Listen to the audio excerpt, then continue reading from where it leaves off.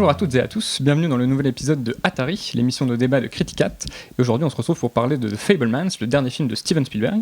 Et pour ça on sera en compagnie de Adrien Mitterrand. Salut Clément. Et Josué Morel. Salut Clément. Dans The Fabelmans, Steven Spielberg raconte de façon autobiographique son enfance, sa découverte du cinéma et aussi les difficultés maritales de ses parents. Donc on va retrouver tout un tas de motifs qui irriguaient déjà la filmographie du réalisateur. Josué, c'est toi qui as écrit le texte pour Criticat. Quelle place tu donnerais à ce film dans sa filmographie ? Alors c'est une place qui est un petit peu hybride parce qu'il serait tentant d'y voir une espèce de film somme ou synthétique sur les différents motifs à la fois du cinéma Spielberg mais aussi de sa biographie puisque, et d'ailleurs il l'a dit lui-même, cette histoire, notamment le triangle amoureux qui se noue à un moment et qui va quelque part être l'origine du divorce de ses parents, il l'a déjà quelque part raconté dans Catch Me If You Can ou par bribes dans certains films. Et en même temps c'est vrai que c'est un film qui, il y a même, on en discutait un petit peu au moment de préparer cette émission, où il y a presque des séquences entières d'autres films qu'on retrouve. Par exemple, il y a le surgissement d'une tornade qui fait beaucoup penser dans deux plans à l'arrivée des extraterrestres et au spectacle de l'horreur dans La Guerre des Mondes. Donc il est vraiment très tentant évidemment de lier ce film et de faire une espèce comme ça presque de toile d'araignée en reliant les différents points de la filmographie de Steven Spielberg. Mais disons que ce que le film aurait de profondément singulier, c'est vraiment cette volonté d'approcher au plus près de ce que moi dans mon texte j'appelle l'épicentre du cinéma Spielberg, c'est-à-dire un peu le ground zero, c'est-à-dire à la fois la découverte du cinéma, et la découverte du cinéma qui n'est pas du tout vécue seulement comme un émerveillement, mais aussi comme une forme de traumatisme. C'est d'ailleurs montré de manière assez claire, je trouve, puisque la mère du jeune Samy lui dit « Tu verras, mon chéri, les films, c'est des rêves dont on se souvient toujours. » Et en même temps, ce rêve va se transformer presque en cauchemar quand elle est réveillée la nuit et qu'elle entend les cris de son enfant, et l'enfant est en train de crier et de sauter sur son lit, plein de joie, plein d'exaltation, parce qu'il sait enfin ce qu'il veut pour Hanouka, et ce qu'il veut enfin pour Hanouka, en fait, c'est reconstituer le film qu'il vient de voir. Mais cette espèce d'ambiguïté, cette espèce d'ambivalence entre de ce qui serait le rêve, l'émerveillement pour faire vite et le cauchemar, il me semble que c'est quelque chose qui travaille tout le cinéma Spielberg. Et puis, comme tu l'as dit, il y aurait un autre épicentre, il y aurait un autre tremblement de terre que serait le divorce. Là encore, le divorce qui est peut-être une des questions centrales en tout cas du cinéma de Spielberg, et je trouve ça passionnant à quel point le film en fait articule les deux, puisque même à un moment, on va entrer dans le détail je pense en parlant de scènes précises, il se pose comme une hypothèse que le cinéma serait à l'origine du divorce de ses parents, ce qui est quand même une association qui est un peu vertigineuse. Et il me semble, et en tout cas c'est l'hypothèse que je pose dans mon article, je crois fondamentalement chez Spielberg que le cinéma et le divorce c'est un peu la même chose, c'est-à-dire c'est d'abord un ébranlement, et d'ailleurs le premier choc que rencontre le jeune Sammy Fabelsman, c'est un film de Cécile B2000 qui est sous le plus grand chapiteau du monde, et vraiment le premier fragment arraché au cinéma et qui reste dans la mémoire du jeune Sammy Fabelsman, c'est une collusion, c'est un pur choc, c'est une pure déflagration, c'est pas un dialogue, c'est pas forcément un souvenir très sophistiqué, c'est une brutalité. Le cinéma, c'est d'abord ça, c'est brutal. Et je pense que là, le film a quelque chose d'assez passionnant, c'est que, on va en parler, de prime abord, il pourrait paraître un peu relâché, ou au contraire d'être un film très solaire, très joyeux, et je pense que c'est au contraire, enfin ça l'est aussi, c'est ça qui est intéressant, c'est l'articulation des deux, mais je pense que c'est aussi, et presque avant tout, un film d'une très grande brutalité, mais d'une brutalité feutrée, discrète, et c'est là que le film se révèle, à mon avis, particulièrement passionnant. C'est vrai que dans le film, le cinéma a une dimension un petit peu ambivalente. Il y a à la fois un côté, comme le dit Samer au début, il filme l'accident du train pour reprendre un peu de contrôle sur ce qui l'a traumatisé, et en même temps on voit que, notamment dans la scène un petit peu blow-up du film où il va revisionner un film de vacances, il y a quelque chose de l'ordre de la révélation dangereuse qu'on aurait préféré ne pas voir, de la lumière aveuglante. Oui, de toute façon, chez Spielberg, la révélation qui change une vie, la rencontre en fait qui fait on s'extrait de sa condition première, elle est jamais totalement lumineuse. Il y a toujours quand même une part sombre, une part de douleur là-dedans. Ou elle est lumineuse et elle est sombre parce qu'elle est lumineuse. Enfin, exactement, c'est ça. Il peut y avoir des différents rapports entre la lumière et l'obscurité, mais elle n'est jamais uniforme, on va dire. Elle comprend plusieurs couches. Et c'est vrai que je reviens sur la scène dont tu parles du réveil nocturne. Qui donne une première image à ce que va être le film, à savoir que à ce moment-là, Spielberg d'ailleurs prend un petit peu de distance avec son autobiographie puisqu'il filme ses parents, ce qu'il n'a pas pu voir, mais pour créer un effet de mise en scène qui prend un petit peu à contre-pied de ce qu'on attend, puisqu'on identifie les cris de l'enfant à un cauchemar. Il a vu un film terrifiant, puis finalement quand la porte s'ouvre, il est en train de sauter surexcité parce que c'est une révélation et ça va lui donner envie d'un cadeau, quoi. Et tout est comme ça, c'est-à-dire que la terreur est mêlée à l'exaltation et il n'y aura jamais en fait de séparation entre les deux. Les deux se nourrissent. Et pour aussi revenir à ce que tu disais tout à l'heure, je pense que là où il y a quelque chose qui tient de l'épicentre, enfin moi il y a une image qui m'est restée énormément après avoir vu le film la première fois. C'est au tout début quand il regarde les photogrammes de ces rushs là sur les bandes et qu'on voit son visage à travers une loupe. Et c'est un peu ce qu'il fait là, j'ai l'impression, Spielberg dans ce film là, c'est-à-dire qu'on a l'impression que plus que sa propre vie, il regarde son propre cinéma à la loupe, c'est-à-dire qu'il y a quelque chose de cyclique. Est-ce que c'est vraiment sa vie qui, on va dire, dicte ce qui va se passer dans le film, ou est-ce que c'est le fait de faire un film à Spielberg qui va dicter le fait de se ressaisir de moments de sa vie? Enfin, c'est les deux en même temps. C'est sûr qu'à ce titre-là, le film est rempli un petit peu d'effets de boucle, puisque tout ce qu'on voit Sam faire dans ses propres courts-métrages se retrouve dans la façon dont Spielberg va mettre en scène son propre film. Il y a un côté presque home movie, en tout cas il y a des parallèles qui se tissent entre les deux. Oui, c'est intéressant parce que je crois d'ailleurs qu'il explique qu'il a refait un peu les films de son enfance en améliorant certains cadrages ou que sais-je. Mais c'est intéressant parce que ça rejoint un peu la logique de Palimpseste que tu évoquais. C'est-à-dire que moi, ce que je trouve très impressionnant dans le film, c'est cette manière, en fin de compte, de tenir aussi deux points de vue. Et je pense que vraiment, c'est une logique de grand écart un peu à tous les niveaux. C'est-à-dire que c'est à la fois reproduire l'innocence d'un regard et en même temps regarder des événements de son enfance et sa jeunesse avec le point de vue d'un vieux sage, parce que maintenant Spielberg a 75-76 ans, je me souviens plus exactement, et je trouve que le film en fait me tient vraiment de ces deux regards juxtaposés, ce qui est un peu un miracle et un peu merveilleux. Et tu évoquais tout à l'heure cette idée que c'est une première rupture, et il y en a d'autres dans le film où on a l'impression qu'on voit tout du point de vue de Spielberg, et en fin de compte il y a des scènes qui matériellement il n'a pas pu vivre. Et ça passe, c'est assez beau, c'est-à-dire que le surgissement des parents par le cri de leur enfant, ça passe d'abord par un miroir, c'est-à-dire qu'on voit juste leur reflet en train de se dresser dans le miroir, et c'est quelque chose qui revient souvent dans le film, cette idée du miroir comme une espèce de passerelle à un autre point de vue. Moi je trouve ça très beau aussi, notamment dans alors c'est une scène aussi un peu étonnante et impressionnante qui est la scène du bal de promo où il montre un film qu'il a tourné, et notamment il met en valeur une espèce d'Apollon qu'il a un peu martyrisé durant ses années lycée. Et ce qui est très beau, c'est que la scène commence. Alors, il y a un côté où là, on voit un peu la parodie du cinéma. C'est-à-dire, moi, je trouve, notamment en voyant le film, que durant toute cette scène, Samy est extrêmement inquiétant avec cette manière dont son œil est découpé par la bobine qui est en train de tourner. Et d'ailleurs, j'y avais pas pensé initialement, mais je trouve ça plutôt pertinent le parallèle qui a été fait dans un des articles des Cahiers par Hervé Aubron, qui compare ça à la scène du bal de promo de Carrie. Et il y a quelque chose de ça, c'est-à-dire une forme de mini-démons qui manient l'art du découpage et qui reprennent en main le montage pour réorganiser le monde et quelque part aussi révéler un peu leur part maudite. Et ce que je trouve très beau, c'est que cette scène, elle est introduite par un plan qui est un plan, là encore une fois, impossible à l'échelle de l'autobiographie, c'est-à-dire le point de vue de l'Apollon que Spielberg n'a pas pu voir enfant, puisqu'en plus on découvre dans la suite de la scène que il est surpris presque d'abord par la réaction voilà, il y a une scène où ils sont tous les deux dans un couloir du lycée, donc il n'a pas assisté de lui-même à cette scène, ça on lui a raconté, et il montre du coup la déflagration du cinéma chez un autre sujet que lui, mais qui serait presque son antagoniste ou son opposé à l'échelle du récit. Donc il y aurait cette manière, en fin de compte, dont il fait une autobiographie à multiples points de vue, et il adopte des points de vue qui seraient même d'une totale altérité. Et le film le jongle comme ça, par moments, même sur des changements de point de vue qui pourraient s'inscrire dans une forme de continuité, en creusant une forme, je trouve, de cruauté.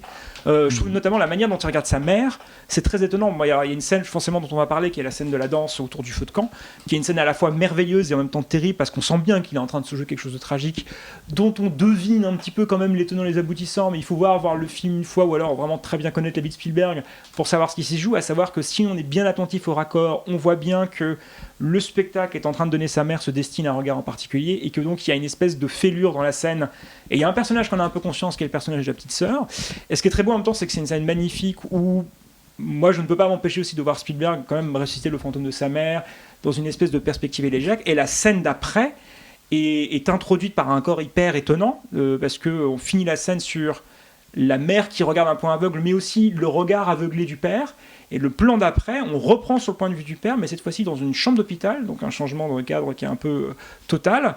Et là, on voit la mort de la grand-mère maternelle et le personnage de la mère de Spielberg en larmes. Et il y a quand même quelque chose de terrible, c'est-à-dire que ce qui se joue dans cette scène et qu'à la fois sublime Spielberg, c'est quand même un peu une forme de trahison. C'est un peu ce moment où, quelque part, il y a une déception suscitée par l'action d'un des parents, et quand un parent nous déçoit un peu à ce niveau-là, aux yeux de l'enfant, symboliquement, il meurt un peu. C'est un peu ce que met en scène Spielberg, et c'est quand même un peu vertigineux quand l'espace de 2 scènes qui sont juxtaposées, il arrive à figurer ces 2 sentiments. C'est-à-dire vraiment, c'est à la fois cet amour, cette espèce de pulsion d'amour pour un être défunt, et en même temps, cette forme de cruauté, de déception qui était complètement palpable, je trouve, par exemple, dans Catch Me If You Can, où il se produisait la même chose, à savoir le personnage de Nathalie Baye, qui jouait la mère de Frank Abagnale, dont je parle, Leonardo DiCaprio, était surprise avec un autre homme, et il y avait un truc terrible de cruauté, c'est qu'elle demandait à son fils de garder un peu le silence, et pour ça elle l'achetait, elle lui donnait un peu d'argent en disant tiens, sois un garçon gentil, va t'acheter quelque chose, va t'acheter un CD.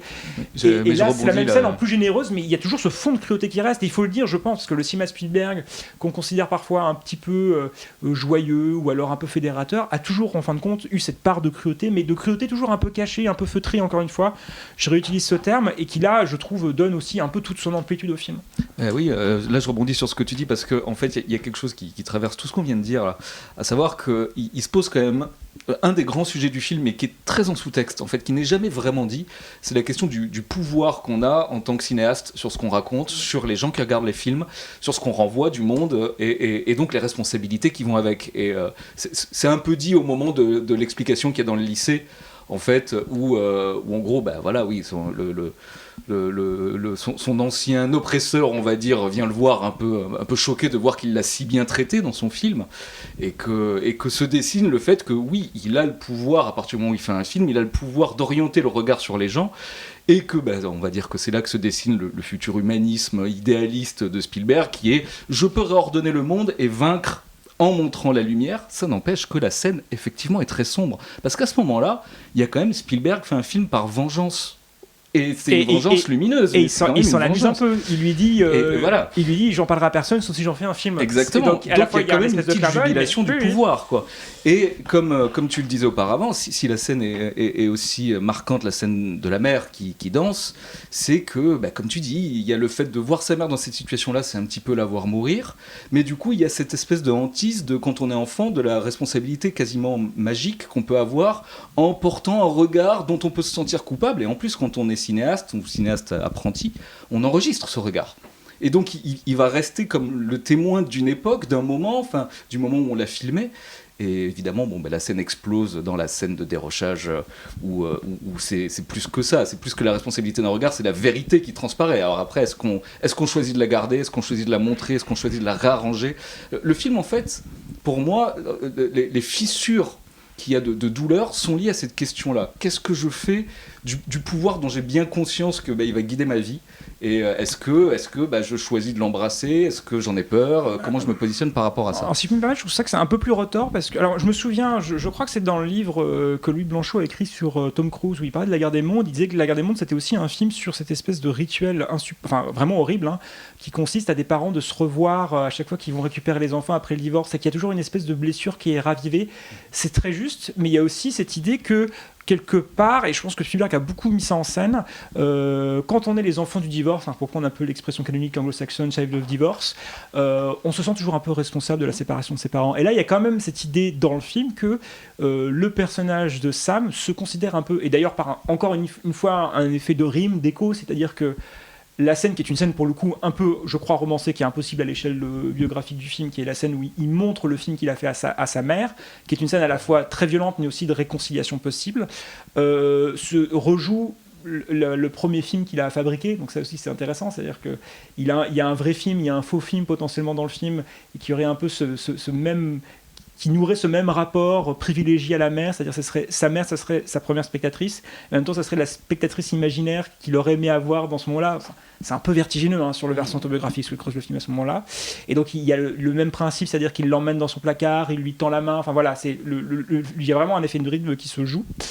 Il y a quand même un moment durant tout le film où le personnage se détourne du cinéma, où le cinéma s'est vécu un peu comme une malédiction.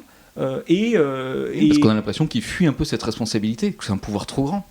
qui Oui, veut alors pas de ça. c'est pas non plus Spider-Man, hein, mais il y a quand même cette idée qu'en fin de compte, le cinéma serait quand même un déchirement. C'est dit, voilà, dans la scène où l'oncle Boris vient rendre visite à la famille, mais que le cinéma, ça serait un peu une malédiction. C'est-à-dire que, mais on revient sur Blob, c'est-à-dire l'œil de la caméra voit quelque chose et que c'est une trace qui est ineffable et que même si on essaye quelque part de l'effacer et de faire comme si tout allait bien, ça a été imprimé, ça a été montré.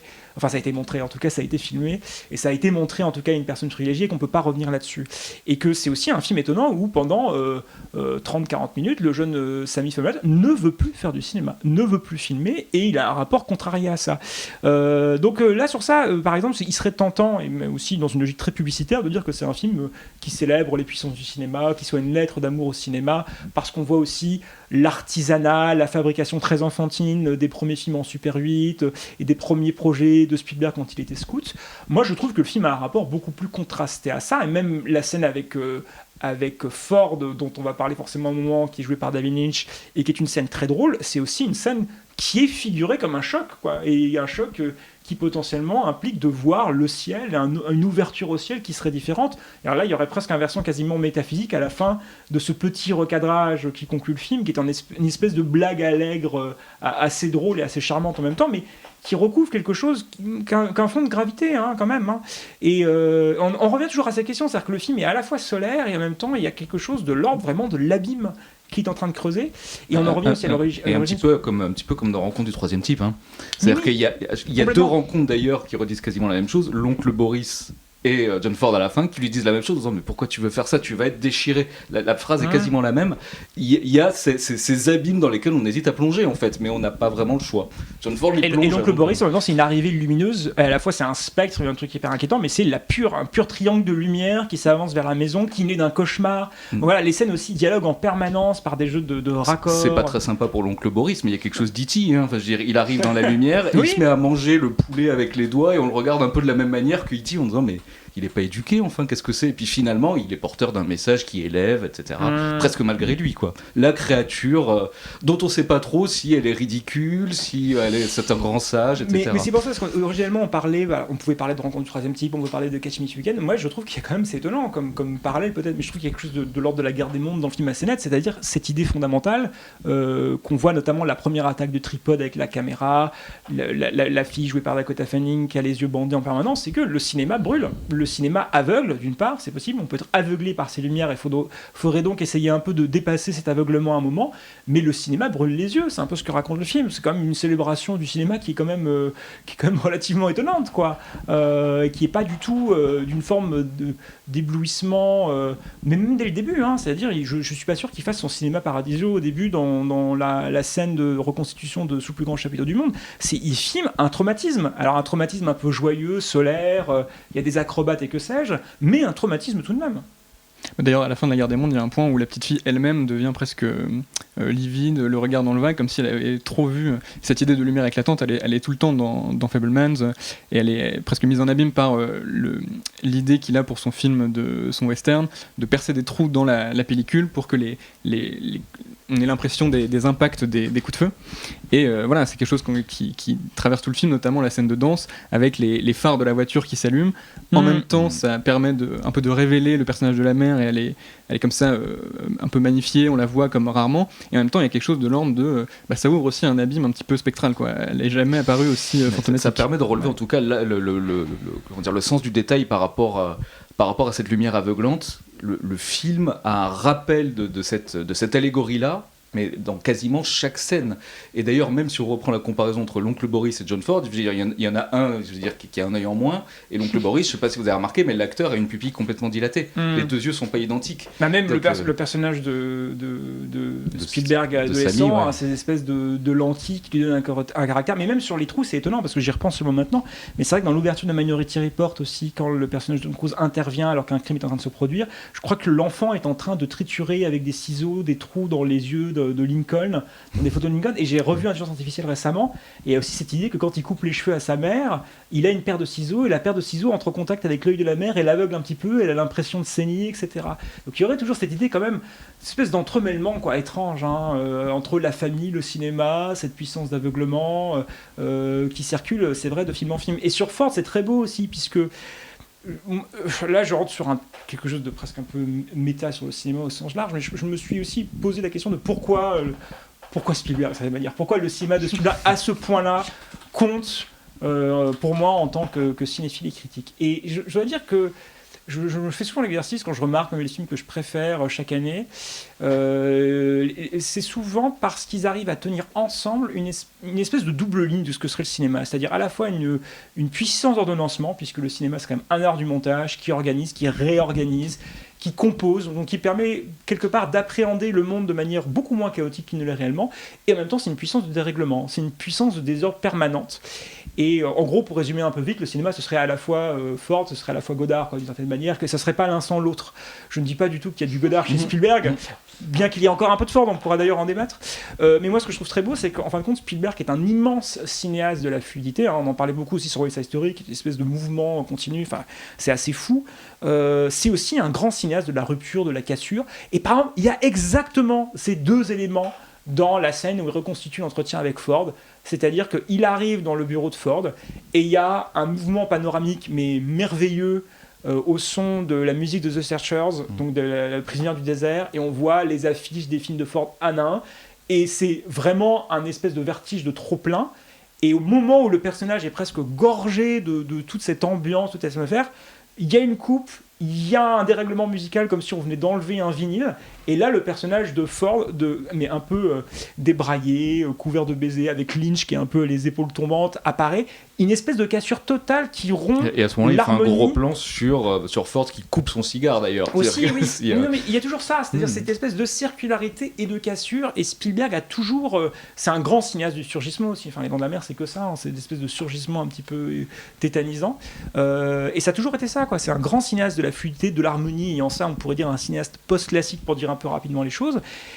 Et en même temps, ces films sont en permanence crevés d'abîmes, de gouffres, de ruptures, de décalages, qui rendent son cinéma parfois beaucoup plus abrupt, et même mal aimable serait pas le terme, mais en tout cas ambivalent et ambigu à certains endroits.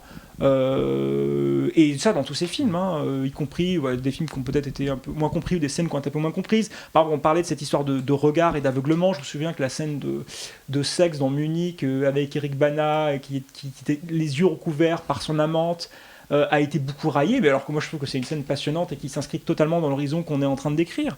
Mais voilà, vraiment, je pense que c'est un cinéaste passionnant aussi parce qu'il arrive en permanence à tenir ces deux bouts qui a priori sont contradictoires, voire antinomiques. Et c'est vrai que comme ce film n'est pas spectaculaire, enfin, au sens où Spielberg peut faire des films extrêmement spectaculaires, il donne peut-être encore plus à voir effectivement ce que tu viens de dire, là, le côté, cette capacité à rendre fluide des choses qui ne le sont pas en fait. Encore une fois, cet art du contre-pied, là je repense à la scène de l'annonce de la séparation, du divorce des parents, où il est un petit peu en surplomb et où il observe déjà ça comme un cinéaste, on va dire. Il observe la scène, il observe comment sont placés les gens. Du coup, nous, mêmes spectateurs, on est invités à faire la même chose. Et donc, la scène de miroir, on le voit en train de filmer la scène, il s'imagine en train de filmer la scène, puis raccord sur les bandes, donc on va monter ça. Et là, on arrive sur quoi ? Sur le film de la plage. Et on ne s'attend pas à ça. C'est-à-dire que s'il y avait un effet de cause à effet naturel, on verrait quelque chose qui évoque cette scène de divorce, alors que pas du tout. Donc le film n'arrête pas de prendre des virages, limite à angle droit, mais avec cette fluidité de montage, d'enchaînement de plans qui fait qu'on est emporté par une puissance de récit qui semble une espèce d'autoroute, mais qui ne l'est pas du tout en fait. C'est incroyable. C'est intéressant parce qu'on parlait de mime, de mimétisme, d'écho, etc. Cette scène du, je sais plus comment on appelle ça, le Ditch Day, je crois, c'est-à-dire donc voilà le jour de relâche. C'est le contrepoint de la scène du film de famille en pleine forêt. C'est la même logique, et c'est la logique inverse.